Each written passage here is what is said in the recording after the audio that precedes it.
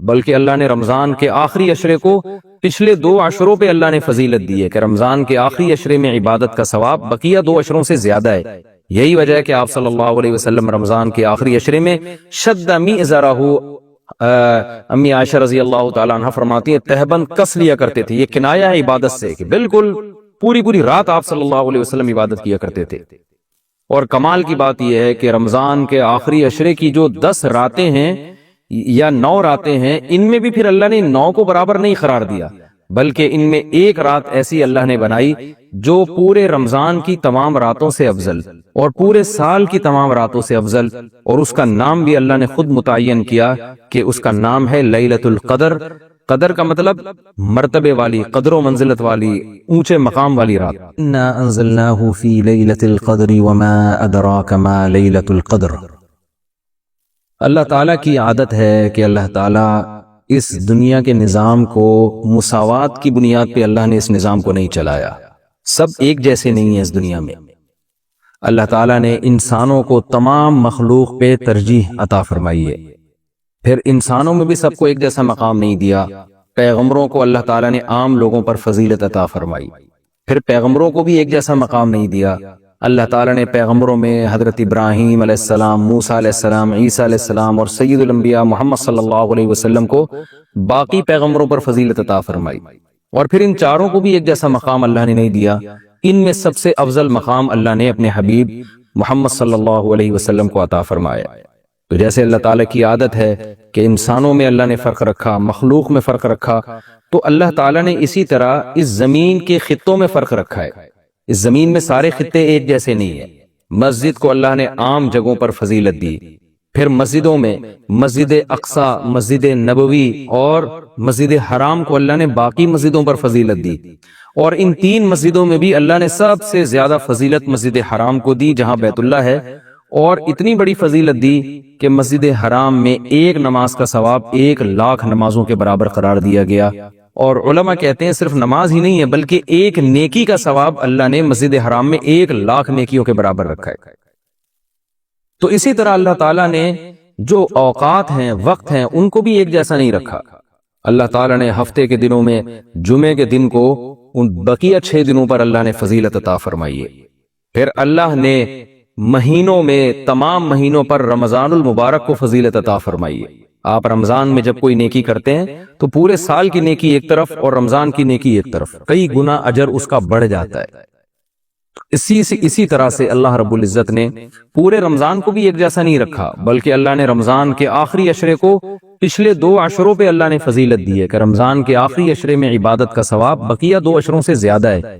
یہی وجہ ہے کہ آپ صلی اللہ علیہ وسلم رمضان کے آخری عشرے میں شد میزرہ، امی عائشہ رضی اللہ تعالی عنہ فرماتی ہے تہبند کس لیا کرتے تھے۔ یہ کنایہ ہے عبادت سے کہ بالکل پوری رات آپ صلی اللہ علیہ وسلم عبادت کیا کرتے تھے۔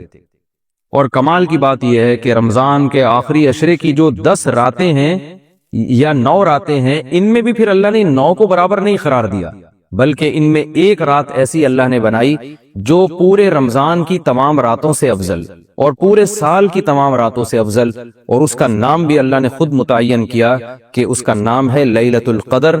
قدر کا مطلب مرتبے والی، قدر و منزلت والی، اونچے مقام والی رات۔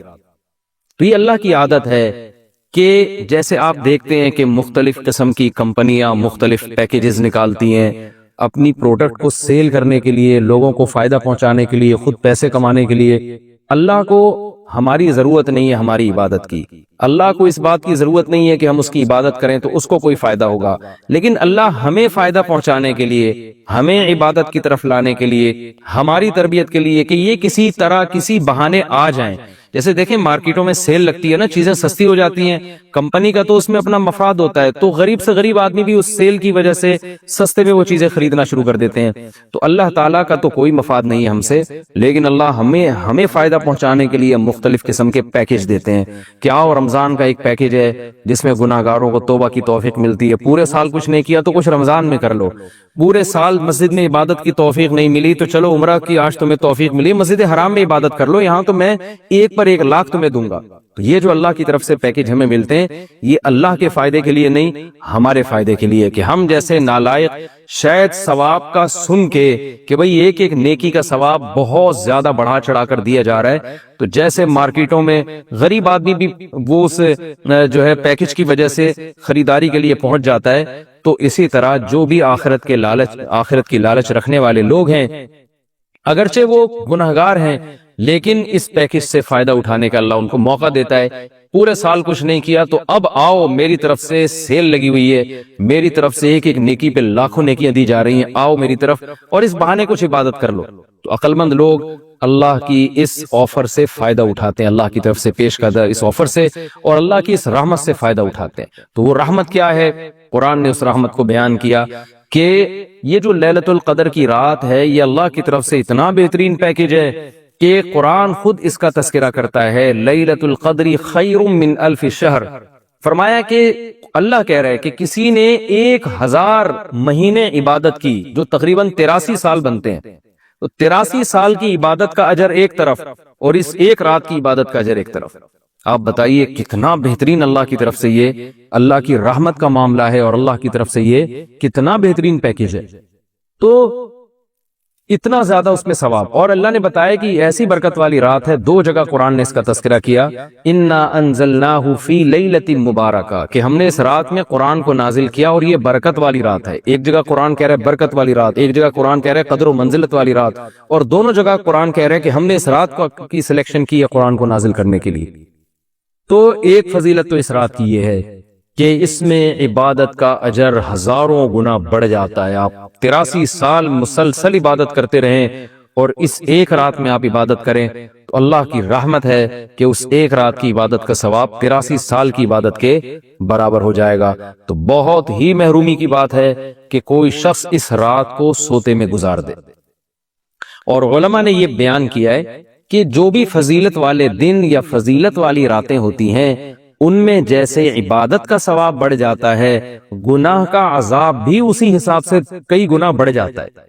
جیسے مسجد حرام کے بارے میں حدیث میں آتا ہے کہ ایک نماز 1,00,000 کے برابر، لیکن قرآن کیا کہتا ہے وَمَن يُرِدْ فِيهِ بِإِلْحَادٍ بِظُلْمٍ نُذِقْهُ مِنْ عَذَابِ السَّعِيرِ. مسجد حرام میں ظلم اور گناہ کا کوئی بھی معصیت جو ہے گناہ ہے اس کا عذاب بھی کئی گنا بڑھ جاتا ہے. اس لیے علماء کہتے ہیں کہ مسجد حرام میں ایک جرم وہ 1,00,000 جرموں کے برابر ہے. مسجد حرام میں ایک چوری 1,00,000 چوریوں کے برابر ہے. وہ مسجد حرام میں ایک جھوٹ 1,00,000 دفعہ جھوٹ بولنے کے برابر ہے. تو صرف نیکی کا ثواب نہیں بڑھتا، گناہ کا عذاب بھی بڑھ جاتا ہے. اسی طرح علماء کہتے ہیں کہ رمضان میں جیسے نیکی کا ثواب کئی گنا بڑھتا ہے گناہ کا عذاب بھی کئی گنا بڑھتا ہے. جیسے مسجد میں نیکی کا ثواب بڑھ گیا، مسجد میں اگر آپ جرم کرتے ہیں گناہ کرتے ہیں تو عذاب بھی بڑھے گا کہ اللہ کے گھر میں تم غلط کیسے کر رہے ہو. تو اسی طرح یاد رکھیے کہ لیلۃ القدر میں 3 قسم کے لوگ ہیں. ایک تو وہ لوگ جو عبادت کر کے اس رات کو قیمتی بناتے ہیں اور 83 سال کی عبادت اپنے کھاتے میں اپنے اعمال نامے میں ڈال لیتے ہیں. ایک وہ لوگ ہیں جو محروم ہوتے ہیں، پوری رات سوتے رہتے ہیں، لیکن وہ بھی خوش قسمت ہیں کہ چلو عشاء کی نماز جماعت سے پڑھی، فجر کی جماعت سے پڑھی، کسی درجے میں ان کو بھی ثواب مل گیا، تراویح کی کچھ رکعتیں پڑھ لی جتنی اللہ نے توفیق دی. یہ وہ لوگ ہیں جنہوں نے اس رات کو بہت حد تک ضائع کر دیا، لیکن خسارے والا کام انہوں نے نہیں کیا. خسارے والے وہ لوگ ہیں جو اس رات میں بھی گناہ نہیں چھوڑتے، ڈرامے دیکھ رہے ہیں، فلمیں دیکھ رہے ہیں، غیبتیں کر رہے ہیں اور عشاء کی نماز جماعت سے نہیں پڑھ رہے، گناہ کر رہے ہیں، فجر کی نماز جماعت سے نہیں پڑھ رہے. تو یہ بدبخت لوگ ہیں. تو خوب یاد رکھیے کہ لیلۃ القدر میں جیسے عبادت کا ثواب بڑھتا ہے ایسے ہی گناہ کا عذاب بھی کئی گنا زیادہ بڑھ جاتا ہے. اور یہی حکمت ہے، علماء بیان کرتے ہیں کہ رسول اللہ صلی اللہ علیہ وسلم نے ہمیں یقینی طور پر لیلۃ القدر کی رات متعین کر کے نہیں بتائی. آپ نے یہ فرمایا کہ طاق راتوں میں تلاش کرو، آخری عشرے میں تلاش کرو. وہ رات اسپیسیفک متعین نہیں کی. اس میں یہی حکمت علماء بیان کرتے ہیں کہ اگر وہ رات متعین کر دی جاتی اور پھر اس میں اس رات میں کوئی پوری رات سو کے ضائع کرتا تو اللہ کی اس پر حجت تام ہو جاتی. اللہ کہتے تجھے تو پتا تھا کہ آج لیلۃ القدر کی رات ہے، تو نے آج گناہ کیسے کیا، تو نے اس رات کو ضائع کیسے کیا، تو اور زیادہ عذاب آ سکتا تھا. ایسا نہ ہوتا کہ دنیا میں عذاب آ جاتا. اس لیے اللہ نے اس کو مخفی کر دیا کہ تھوڑا سا کنفیوژن میں ڈال دیا کہ تاکہ اس میں اگر کوئی اس رات کو ضائع کرتا ہے تو اس کو یقینی طور پر افسوس نہ ہو کہ ہو سکتا ہے وہ یہ سوچے شاید آج کی رات نہ ہو بلکہ ہو سکتا ہے کل یا پرسوں کی رات لیلۃ القدر ہو جائے. ایک حکمت تو علماء یہ بیان کرتے ہیں. دوسری حکمت یہ بیان کرتے ہیں کہ اگر لیلۃ القدر کی رات متعین کر دی جاتی اور اس رات اتفاق سے کوئی سوتا رہ جاتا، بیماری کی وجہ سے عبادت نہ کر پاتا، تو پھر وہ بقیہ راتوں میں بالکل بھی عبادت نہ کرتا. وہ کہتا ہے لیلۃ القدر تو گزر گئی، اب میں رات جاگ کے کیا کروں گا، اصل جو اللہ کی طرف سے رحمت والا معاملہ تھا وہ تو میں نے ضائع کر دیا. تو اللہ نے اس امت پر احسان کیا کہ بتا دیا بھائی آخری عشرہ ہے اور طاق راتوں میں امکان زیادہ ہے، تاکہ کوئی 21ویں رات کو عبادت نہ کر سکے تو اس کو یہ خیال نہ ہو کہ بھائی اب لیلۃ القدر کا چانس ہی ختم ہو گیا، بھائی ہو سکتا ہے 22ویں ہو سکتا ہے 23ویں ہو. تو اس لالچ میں، اس امید میں وہ 10 کی 10 راتیں عبادت کرے گا. اور تیسری حکمت علماء نے یہ بیان کی ہے کہ لیلۃ القدر کی رات کو 100% متعین کر کے نہیں بتایا گیا تاکہ لوگ اس بہانے زیادہ عبادت کریں اور جو طلبگار ہیں انہی کو ملے. اب جو آخری 10 عشرے میں یقینی طور پر پوری عبادت کرے گا اس کے لیے تو لیلۃ القدر یقینی ہے. جو آخری عشرے میں کچھ راتیں جاگے گا، کچھ راتیں نہیں جاگے گا، تو اس کے بارے میں امکان ہے کہ شاید لیلۃ القدر اس سے فوت ہو گئی ہو. ہاں، طاق راتوں میں جو عبادت کرے گا، تمام طاق راتوں میں 21ویں میں، 23 میں، 25 میں، 26ویں، 27ویں رات، 29ویں رات، تو اس کے بارے میں بھی امکان ہے کہ وہ لیلۃ القدر کو پالے گا. تو اللہ تعالیٰ یہ چاہتے ہیں کہ جو پورے آخری عشرے میں تمام طاق راتوں میں خاص طور پر عبادت کریں ان کو لیلۃ القدر ملے. تو اگر اللہ رات متعین کر دیتے تو پھر تو ہر آدمی اس لیلۃ القدر میں جاگ لیتا، لیکن اللہ نے نظام ایسا بنایا کہ بھئی جو طلب کرے گا اور تمام راتیں جاگے گا اس کو تو یقینی طور پر لیلۃ القدر ملے گی، اور جو تمام راتوں میں عبادت کا اہتمام نہیں کرے گا تو اس کے لیے معاملہ مشکوک ہے، امکان ہے کہ مل جائے، امکان یہ بھی ہے کہ نہ ملے. تو اس لیے بھی علماء کہتے ہیں کہ لیلۃ القدر کی یقینی طور پر تعیین نہیں کی گئی. بہرحال بہت کثرت سے اس بارے میں روایات ہیں جن میں آتا ہے کہ رمضان کے آخری عشرے میں اور رمضان کی طاق راتوں میں خاص طور پر آپ صلی اللہ علیہ وسلم نے فرمایا کہ لیلۃ القدر کو تلاش کرو.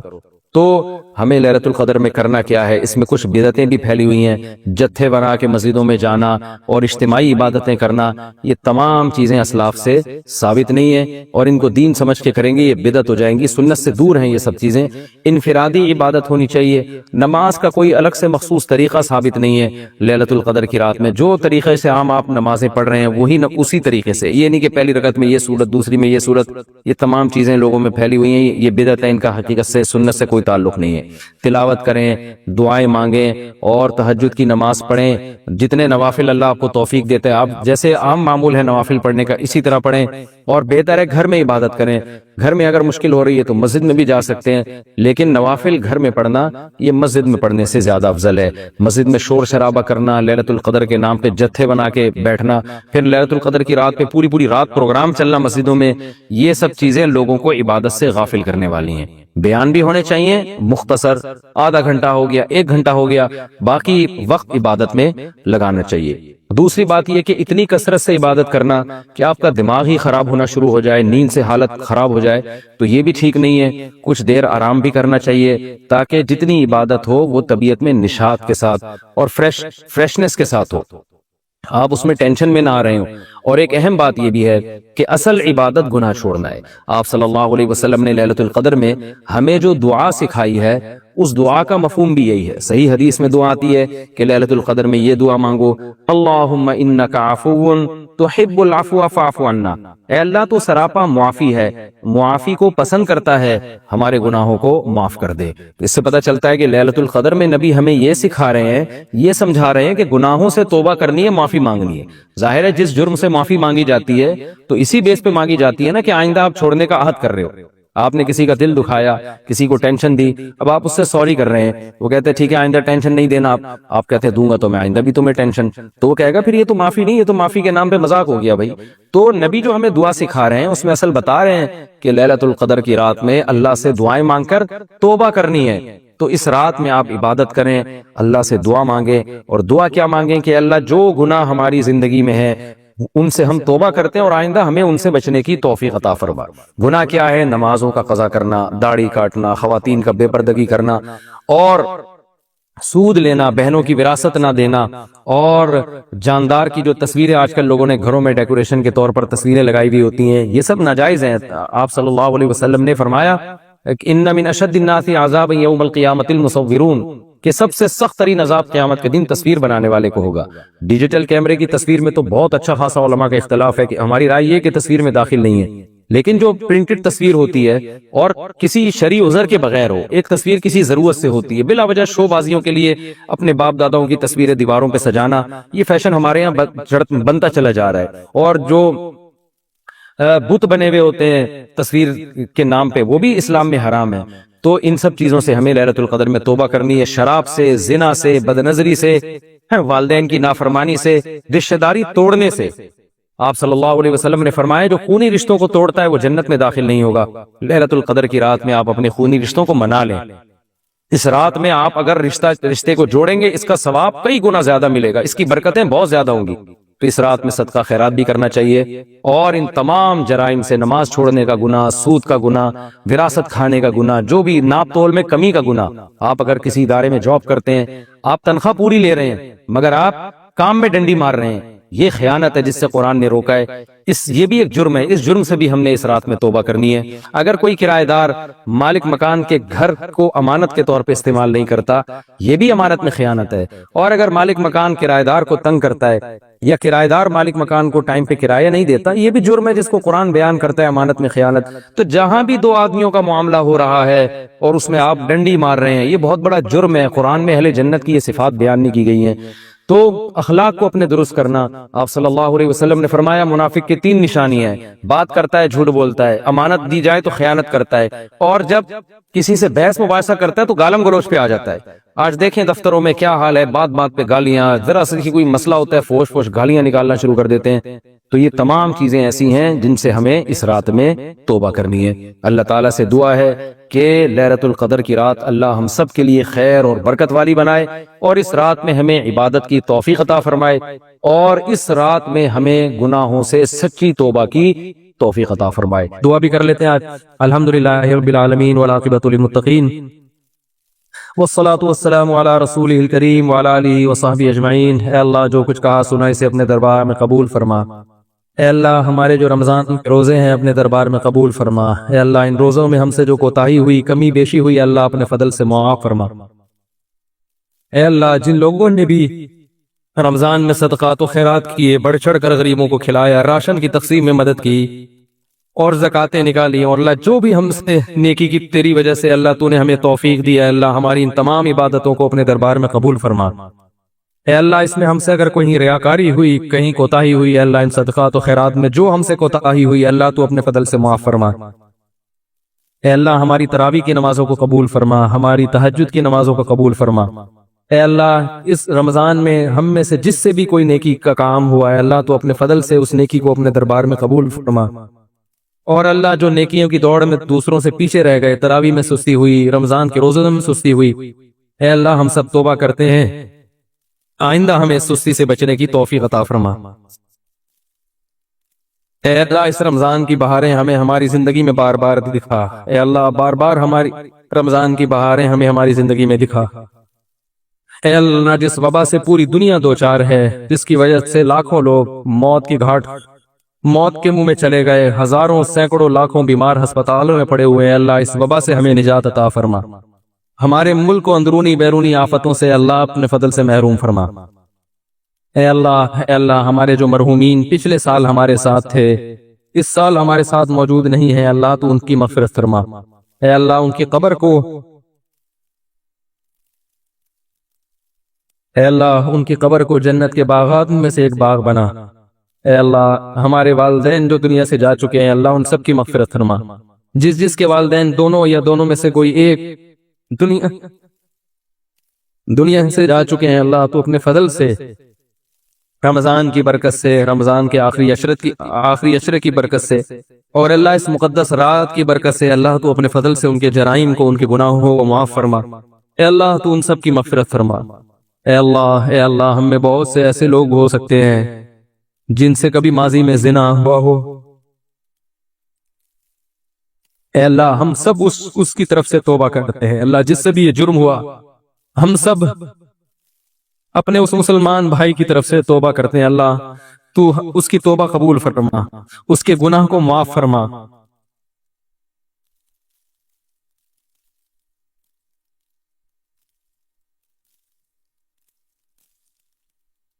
اے اللہ آئندہ زندگی عفت اور پاک دامنی کے مطابق گزارنے کی توفیق عطا فرما۔ اے اللہ اس مجمع میں اور اس دعا میں شریک لوگوں میں کسی سے لڑکوں سے بدفعلی کا عمل ہوا ہو، اے اللہ ہم سب اس کی طرف سے توبہ کرتے ہیں، اے اللہ اس کے اس جرم کو معاف فرما، آئندہ اے اللہ عفیف اور پاک دامنی والی زندگی نصیب فرما، اے اللہ پیغمبروں کے نکاح والی زندگی نصیب فرما، بدکاری والی زندگی سے اللہ ہم سب توبہ کرتے ہیں، اللہ ہمیں بچنے کی توفیق نصیب فرما، اے اللہ ہماری عورتوں کو حیا نصیب فرما، ہماری عورتوں کو عفیف اور پاک دامن بنا، ہمارے مردوں کو حیا نصیب فرما، زنا، بدکاری، بدنظری، اے اللہ بے حیائی کے ہر کام سے بچنے کی توفیق عطا فرما، اے اللہ ہمارے نوجوانوں میں جس کو بھی اے اللہ انٹرنیٹ پر بیہودہ فلمیں دیکھنے کی عادت ہے، اللہ ہم سب اس کی طرف سے توبہ کرتے ہیں، اے اللہ سب کو اس جرم سے بچنے کی توفیق عطا فرما، اے اللہ ہماری آنکھوں میں حیا پیدا فرما، ہماری آنکھوں کو پاک دامن بنا، ہمارے کانوں کو پاک دامن بنا، اے اللہ ہم میں جو بھی رشتہ داری توڑنے والے ہیں،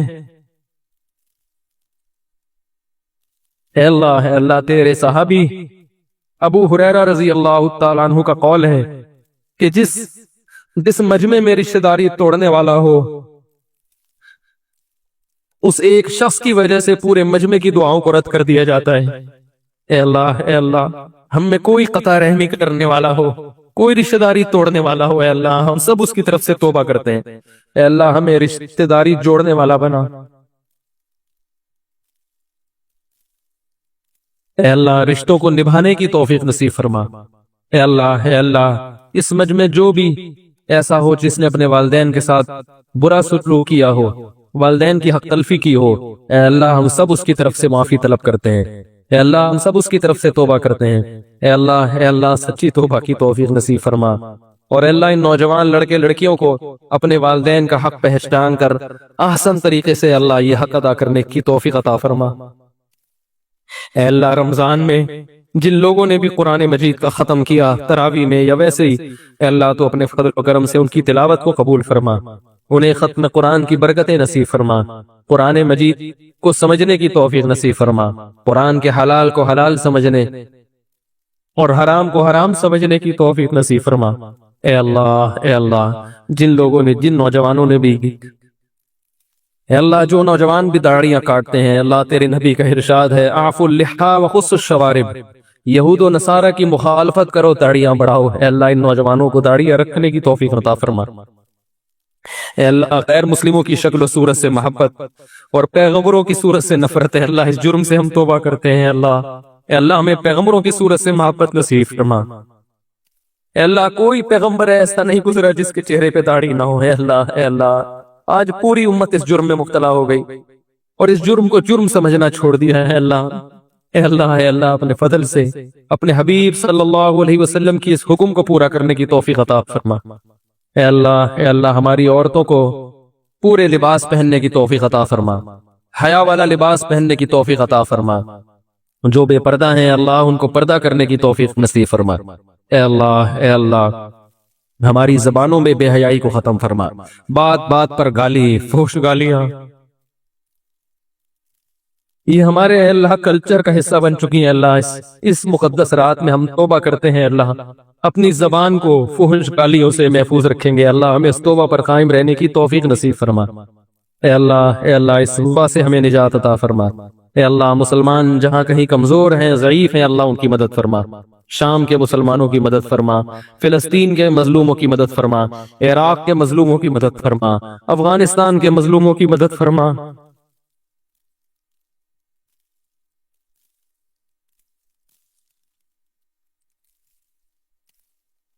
اے اللہ برما کے مظلوموں کی مدد فرما، چین میں اگر ظلم ہو رہا ہے اللہ وہاں کے مسلمانوں کی مدد فرما، اے اللہ جہاں بھی مسلمان کمزور ہیں ضعیف ہیں اے اللہ تو اپنے فضل سے ان کی مدد فرما، اے اللہ ظالموں کو ظلم سے باز آنے کی توفیق عطا فرما، اے اللہ اگر ظالموں کی قسمت میں ہدایت نہیں ہے تو ان کو تباہ و برباد فرما، اے اللہ فرقواریت کی لعنت سے ہماری حفاظت فرما، اے اللہ مسلمانوں میں اتفاق اور اتحاد پیدا فرما، اے اللہ بزرگوں کا علماء کا صحابہ کا احترام نصیب فرما، اے اللہ آج زبانیں بے لگام ہو چکی ہیں، جو اٹھتا ہے کبھی کسی جو بدبخت اٹھتا ہے اللہ صحابہ کو گالیاں دینا شروع کر دیتے، اے اللہ حضرت معاویہ رضی اللہ تعالیٰ عنہ کا احترام نصیب فرما، اہل بیت کا احترام نصیب فرما، اے اللہ ہر وہ شخصیت جس نے ایمان کے ساتھ تیرے حبیب صلی اللہ علیہ وسلم کی زیارت کی ہے اللہ وہ ہمارے لیے قابل احترام ہے۔